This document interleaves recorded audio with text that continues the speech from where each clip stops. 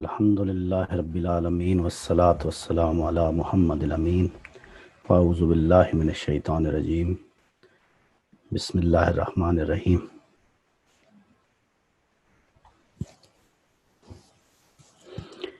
اے حرم قرطبہ، عشق سے تیرا وجود۔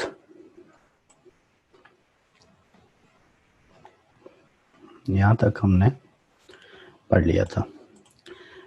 اے حرم قرطبہ، عشق سے تیرا وجود، عشق سراپا دوام جس میں نہیں رفت و بود۔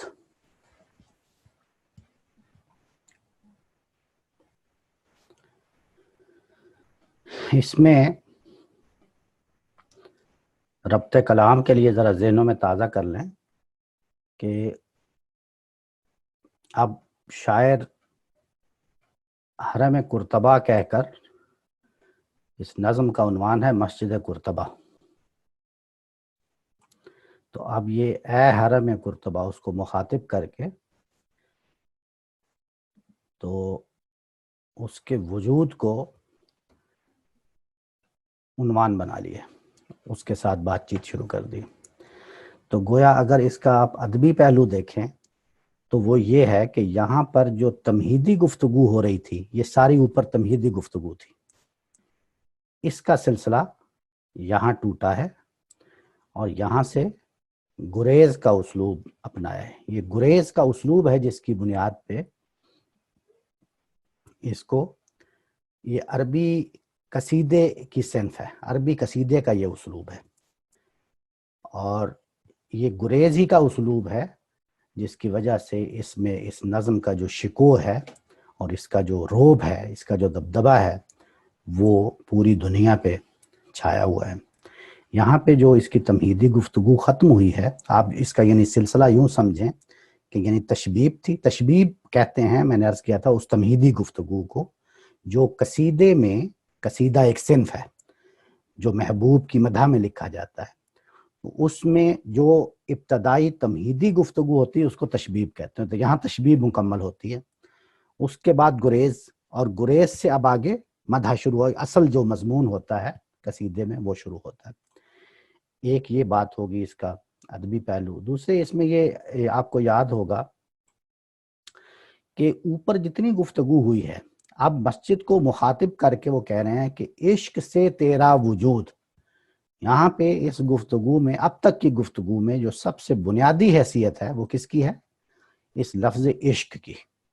اب وہ کیا کر رہے ہیں؟ اب وہ یہاں پہ تمہیدی گفتگو سے شفٹ لے کے گریز کر کے اب براہ راست اس جگہ پہ چلے گئے ہیں جہاں پہ وہ مسجد ہے، اور مسجد کو مخاطب کر کے اب گفتگو شروع کر اے حرم قرطبہ۔ سب سے پہلے آپ دیکھیں کہ قرطبہ کے ساتھ لفظ حرم کی نسبت لگا کے اس کا مرتبہ وہیں بلند کر دیا ایک دم، یعنی مسجدیں تو ہیں ہی دنیا میں، لیکن یہ ہے جس کو حرم کا سا یعنی مرتبہ ہے، اے حرم قرطبہ، ایک طرح سے اس کو تشبیہ دے دی، اور اس کو مخاطب کر کے بات کیا کر رہے ہیں؟ بات یہ کر رہے ہیں کہ عشق سے تیرا وجود، تیرا یہ جو وجود ہے اس کی بنیاد بھی وہی جذبہ شوق ہی ہے۔ اب آپ کو نظم بن گیا نا اوپر سے کہ کہاں سے بات شروع کی، بظاہر نظر نہیں آتا کہ سلسلہ روز و شب سے بات شروع ہوئی تھی تو کوئی نظم نہیں بن رہا، لیکن کیسے انہوں نے نظم قائم کیا ہے کہ ایک کائنات کا وجود ہوا، پھر اس سے جو کچھ دنیا میں ممکنات میں ہوا، پھر مرد خدا کا عمل، اور پھر مرد خدا سے آگے بتایا کہ اصل وجہ کیا ہے، عشق وجہ ہے، عشق کیا ہوتا ہے اس کی ساری تفصیلات بتائیں، اور پھر آ کے حرم قرطبہ کو جب مخاطب کیا ہے تو آپ بتا رہے ہیں کہ عشق ہی ہے جس سے تیرا وجود بھی ہے، اور اس کی وجہ کیا ہے؟ وجہ یہ ہے کہ عشق سراپا دوام جس میں نہیں رفت و بود۔ یہ عشق جو ہے یہ سراپا دوام ہے، اس میں ہمیشگی ہے، اس میں رفت و بود نہیں ہے، کوئی پاسٹ نہیں ہے، کوئی ماضی نہیں ہے، اس میں اس کو ہمیشگی حاصل ہے، اس جذبہ شوق کو۔ ایسا نہیں ہے کہ یہ جذبہ شوق جو ہے یہ فنا ہونے والی چیز ہی نہیں ہے۔ آگے دیکھیں کیا فرماتے ہیں، کہتے ہیں رنگ ہو یا خشت و سنگ، چنگ ہو یا حرف و صوت۔ کیا خوبصورت مصرع ہے، یعنی آپ کو ادب میں اس طرح کا آہنگ جو علامہ صاحب لکھتے ہیں یہ آپ کو نہیں مل سکتا دنیا کے ادب میں۔ چند ایک ہی مثالیں آپ شاید پیش کر سکیں لیکن یہ ایک ایسی چیز ہے کہ جس کی کوئی مثال دینا جو ہے وہ نو ڈاؤٹ کہ بہت مشکل ہے. دیکھیں آپ، رنگ ہو یا خشت و سنگ، چنگ ہو یا حرف و صوت، ایک مصرے میں آپ دیکھیں انہوں نے ایک مصرے میں سب کچھ جمع کر دیا. رنگ کیا ہے؟ مصوری. خشت کیا ہے؟ کنسٹرکشن، یعنی فن تعمیر. سنگ کیا ہے؟ فن مجسمہ سازی. چنگ کیا ہے؟ فن موسیقی. حرف کیا ہے؟ ادب، تحریر، جس سے ادیب بنتے ہیں. اور صوت کیا ہے؟ یعنی گائکی. تو آپ دیکھیں کہ سارے کے سارے فنون لطیفہ کو ایک مصرے میں ایسا جمع کر دیا، اور اس سے جو آہنگ پیدا ہو رہا ہے، اس میں جو حسن پیدا ہو رہا ہے. ہم نے یہ گزارش کی تھی کہ جو کلام، کسی کے منظوم کلام کو سمجھنے کا جو ایک میتھڈالوجی ہونی چاہیے وہ یہ ہونی چاہیے کہ آپ اگر جرح و نقد کے اگر تیر و تفنگ لے کے آئیں گے تو پھر آپ کے کچھ پلے نہیں پڑے گا.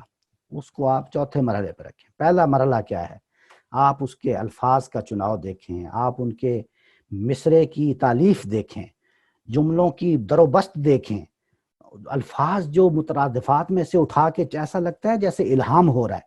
ایسے خوبصورت الفاظ، ایسا ان کا چناؤ، اس طرح لکھتے ہیں، اس طرح جڑ دیتے ہیں جیسے موتی کسی نگینے جڑے جاتے ہیں. تو یہ جو ہے اس کو ہم کہتے ہیں شعری محاسن. کسی کے شعر کا حسن کیا ہے، اس کے الفاظ کی استعمال، اس کا یہ چناؤ کیسا ہے. اس کے بعد ہم دیکھتے ہیں کہ ادبی پہلو کیا ہیں. جیسے ابھی میں نے آپ کو بتایا نا، مختلف کہ آپ تلمیحات دیکھتے ہیں، ترکیبات دیکھتے ہیں، تشبیہات دیکھتے ہیں، استعارات دیکھتے ہیں، اس کا دیکھتے ہیں کہ کیا اسلوب ہے، اس میں نفع و نشر کیسا ہے، اس میں زحاف کے کیا اسلوب ہیں. آپ دیکھیں گے کہ اس میں بعض ایسے، یعنی ایک ایسا آہنگ آپ میں، چونکہ مختلف شعراء بھی بیٹھے ہیں، وہ مجھ سے بہتر اس چیز کو سمجھتے ہیں اور بتا سکتے ہیں کہ اس نظم میں انہوں نے ایک خاص، یعنی جو بحر ہوتی ہے نا، ایک بحر، اس میں ایک اسلوب ہوتا ہے، اس کو کہتے ہیں زحاف، جس کی واحد ہے زحف. اس میں کرتے یہ ہیں، یہ شعراء جب میری گفتگو ختم ہوگی آپ پوچھ سکتے ہیں، ان میں سے ہیں 4-5 شعراء بیٹھے ہیں، وہ بتا سکتے ہیں آپ کو.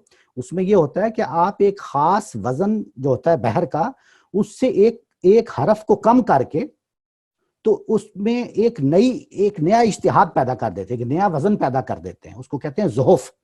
یہ جو زحف ہے یا زحاف جو ہوتا ہے، اس سے کیا ہوتا ہے کہ اس سے ایک نیا ایک دبدبہ پیدا ہو جاتا ہے، شان پیدا ہو جاتی ہے کلام میں. تو کیا ہے، یہ ساری مصوری اور یہ ساری چیزیں جو ہیں فنون لطیفہ کی جمع کی.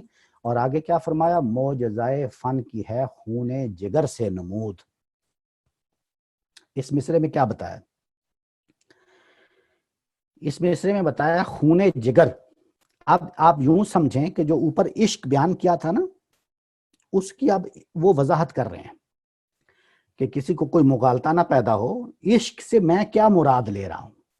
وہ یہ کہتے ہیں کہ جو بھی فنون لطیفہ ہیں، رنگ ہو یا خشت و سنگ، یعنی مصوری ہو، وہ کنسٹرکشن ہو، وہ مجسمہ سازی ہو، وہ موسیقی ہو، چنگ ایک خاص قسم کے ساز کو کہتے ہیں، یا حرف و صوت ہو، کوئی بھی فنون لطیفہ کا شعبہ ہو، اس میں جو معجزہ فن ہے، یعنی اس میں جو فن کا اعجاز ہے، فن کی جو کلائمیکس ہے، اس کی جو بلندی ہے، وہ اس کلائمیکس کی نمود کیسے ہوتی ہے، یعنی اس کلائمیکس کا اظہار کیسے ہوتا ہے، کس چیز سے ہوتا ہے؟ وہ ہوتا ہے خون جگر سے.